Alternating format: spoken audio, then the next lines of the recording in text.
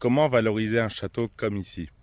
Quand on est une entreprise, en général, la valorisation, c'est un multiple de l'excédent brut d'exploitation plus la trésorerie nette.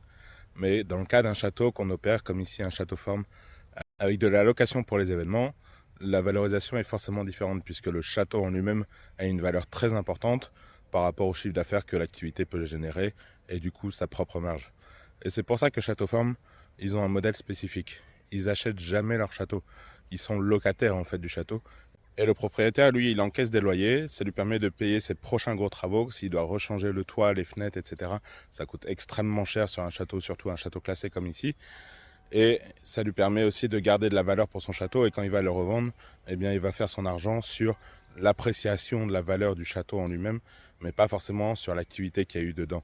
L'activité a permis au propriétaire d'avoir des loyers et le locataire, lui, ça lui a permis d'avoir un lieu exceptionnel comme ici, sans devoir forcément payer des millions et des millions juste pour acheter le château avant même d'avoir commencé à accueillir le premier événement.